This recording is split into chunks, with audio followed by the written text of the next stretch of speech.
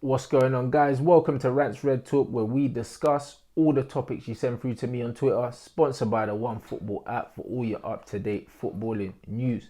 And speaking of up-to-date footballing news, as I'm sure you man know, the Football League has been suspended, and it's for 14 days minimum.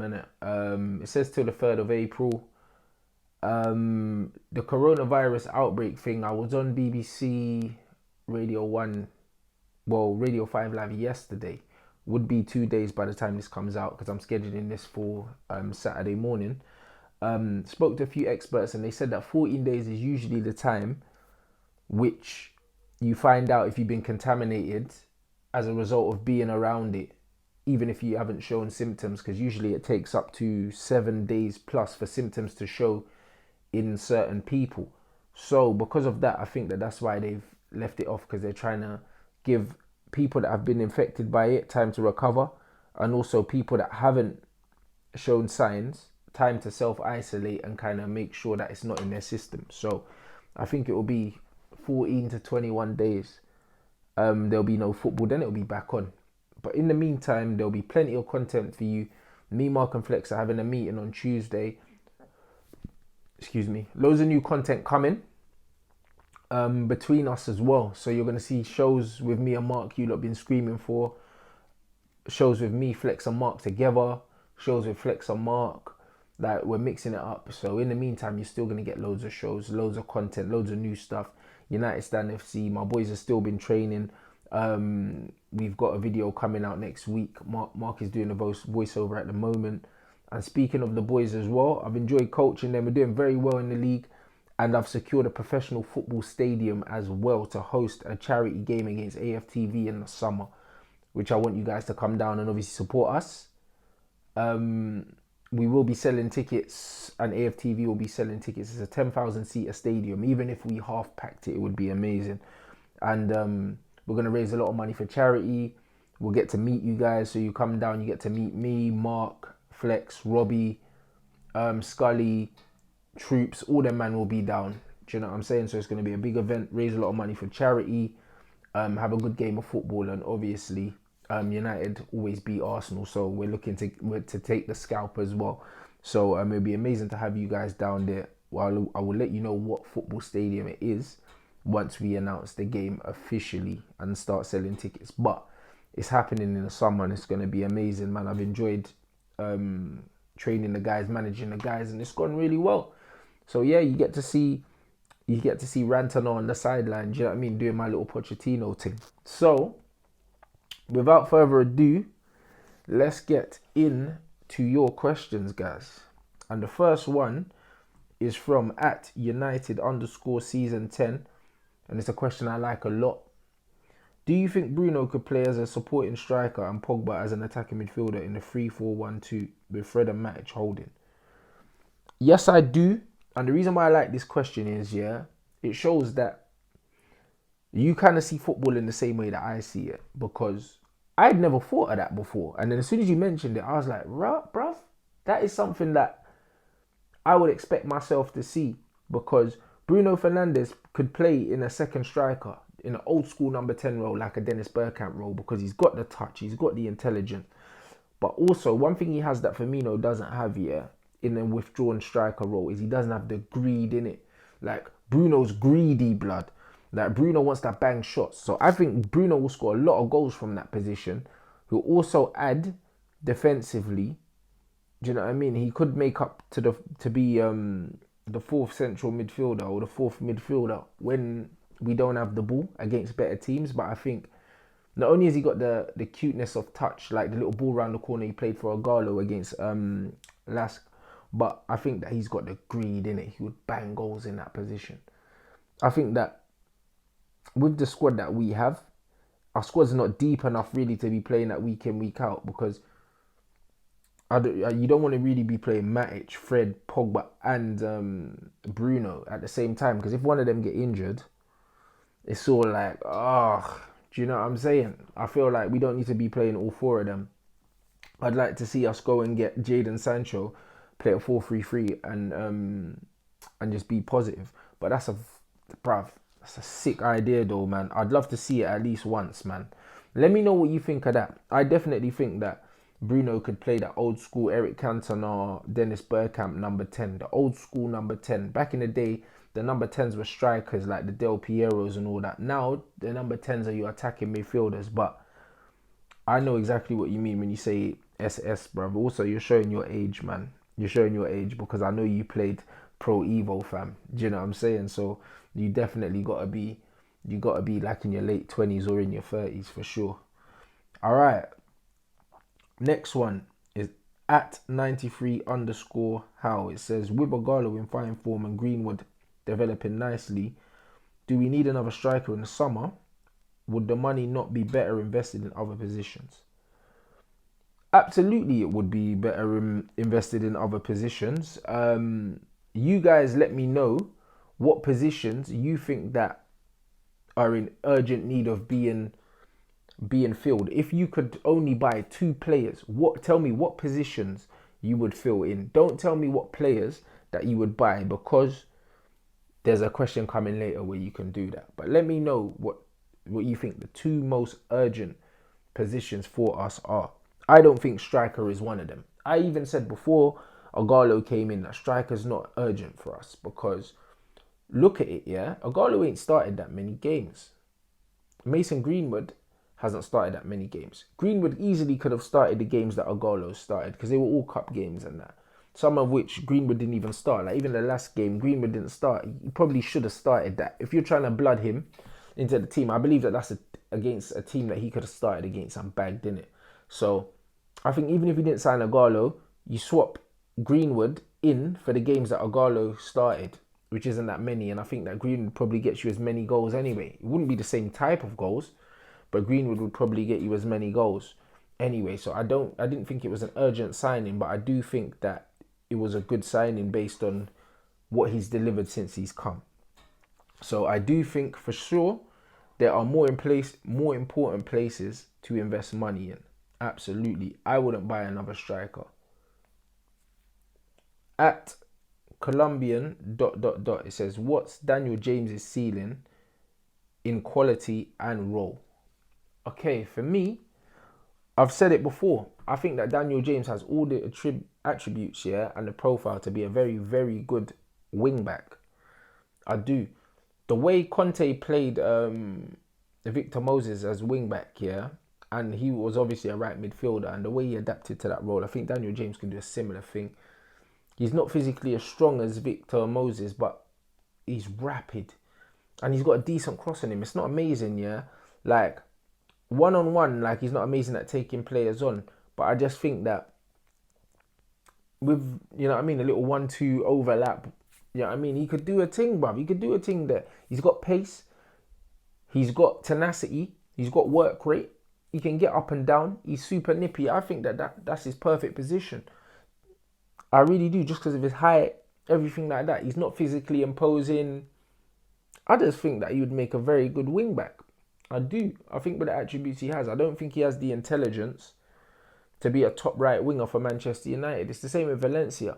Valencia was so predictable. Luckily, yeah, he was so physically imposing. Sometimes he got away with it. He can kind of bully his way past players because he never had no tricks, bruv. It was just stop, start, push it down the line, try and bang across. And then again, that Valencia got to the point where as soon as he lost a bit of pace, he had to move to right back because he weren't clever enough to play right wing without pace, innit? And I think that's what Daniel James is. Like, he's just not clever, innit? But he's pacey, he's hard-working. So I think that as a wing-back, I think that he would do his most damage. If I was the manager, I'd play him there and see how he got on. Absolutely. Against, like, the teams like last year, he could play on the wing and that. But against decent full-backs or wing-backs, I think that they find him out, innit? And he's very easy to read. Like, even the goal he scored, like, you knew he was cutting in, like, an hour before he did it. It's just that the right-back was crap. So it's just one of them ones where I think that is his best position potentially in terms of when I assess his attributes. Other people might have other decisions, that's fine, innit? Not all of us are going to see football the same way, innit? But I think that he's got the perfect profile for that. All right, next one is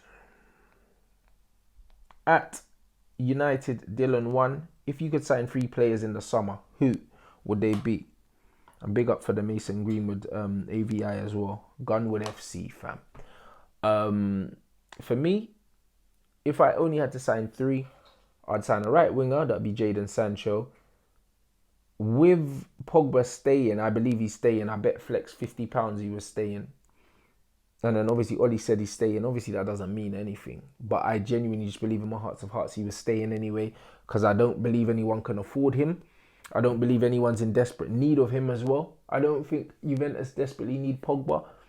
I don't believe Real Madrid desperately need Pogba. And they're the only 2 teams I could see him going to. So I believe that Pogba will stay. So I would get Thomas Partey. I'd get Thomas Partey or Ndidi as a defensive midfielder, just for the balance. And then you're probably looking at a young, athletic centre-half, innit? Not necessarily a centre-half to come in and start, because I believe Eric Bailly and Maguire is good enough if Eric Bailly's fit, innit? The question mark is always fitness. Obviously, Twanzebe, that would be great. But I don't want to put him under that kind of pressure to be ready now. And Lindelof's not got the pace in it. Like, for me, he replaces Maguire if Maguire is injured, because they're similar kind of players, innit? In terms of they both want to play football, and then, yeah. And they both want to nick the ball and do all these other things, but he's not got the physical presence. So, actually, saying that, if Chris Smalling came back, yeah, I wouldn't be against having Chris Smalling back, you know, in the squad. And then maybe I wouldn't buy it. Maybe I wouldn't buy a centre back. I might just buy a Jack Grealish, bruv. I'm not gonna lie. So yeah, I think it depends. I'd either get like a young athletic centre back, like the Upper Meccano youth, or I'll probably just go for a Grealish, go for a Partey, and go for a Sancho, and just bulk out that midfield attacking area a bit, because Grealish can play wide, can play centrally, so he's a multifunctional player. We need a defensive midfielder, and Jadon Sancho can play on the right, he can play on the left, he could probably play as a second striker if he needed him to as well. So I honestly think that them 3 players would do it, mate. They would do it if Smalling comes back. Man like Smaldini. Let me know what you think, guys. If you could sign 3 players, let me know what positions you would sign, and also who they would be. Yeah, I like that. And last but not least, it says @_C Ken, what's your take on Ighalo being given an 18-month contract by the end of the season if he does well? I left this question till last for the simple fact that everyone knows here that I was super underwhelmed with the signing of Ighalo, because it showed lack of ambition, lack of preparation, because we were in talks for Josh King for so long, and then all of a sudden I didn't want Josh King. I'm glad we got Ighalo instead of him. I don't rate Josh King at all. I'm glad we got Ighalo ahead of him. And yeah, I was just underwhelmed because it showed lack of planning, lack of ambition. And it was kind of like, yo, we're scrambling, let's grab this guy. But the goal that Ighalo scored against Alaska, let me tell you, yeah, that's a world-class goal, innit? He's not a world-class player, but at any level, if I saw a man score that in the park at Sunday League, I would take my hat off to him, because that is a brilliant goal. Because the ball that Bruno plays around the corner is a harder pass than you may think. Obviously, because it's Bruno, he does that. And Pogba's probably the only player in the team that could play that outside of the foot, round the corner kind of thing. But the way he's controlled it, off-balanced the defender and taken the shot with the weak foot and binsed it out. Literally, I was saying, Lukaku cost 75 million. He could never do that in his life. Like, he stat padded his whole way through his career, yeah.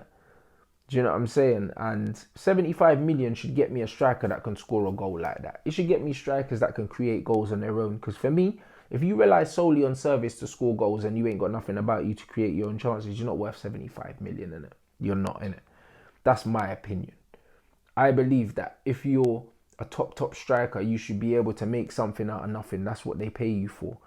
That is what Thierry Henry did for Arsenal. When there was nothing on, look up, there's no one there. Beat my man, whip it top corner. Or Ruud van Nistelrooy, pick up the ball on the halfway line. go past man. Like, that is what you pay the big bucks for. For me, if Bruno passed Lukaku that ball, he'll still be controlling it now, fam. And that wouldn't even have been a chance. So, hats off to Ighalo for that finish. I think that he's shown that for someone that didn't cost no money and isn't on big wages, he's a very good addition to the squad. He's not a world-class player. He reminds me of like the Luas, the St. Maxims, them man there, yeah, who have flashes of brilliance and they'll have you on the edge of your seat and they'll have you sliding on the rug and burning your kneecaps, fam, celebrating, but then they'll have you wanting to put your head through the wall. Like the flick that Bruno played around the corner to him and he missed the chance. That chance was way easier than the goal he scored. And that's what them kind of strikers do. They'll score the hard ones, bruv, and then they'll miss the easy ones.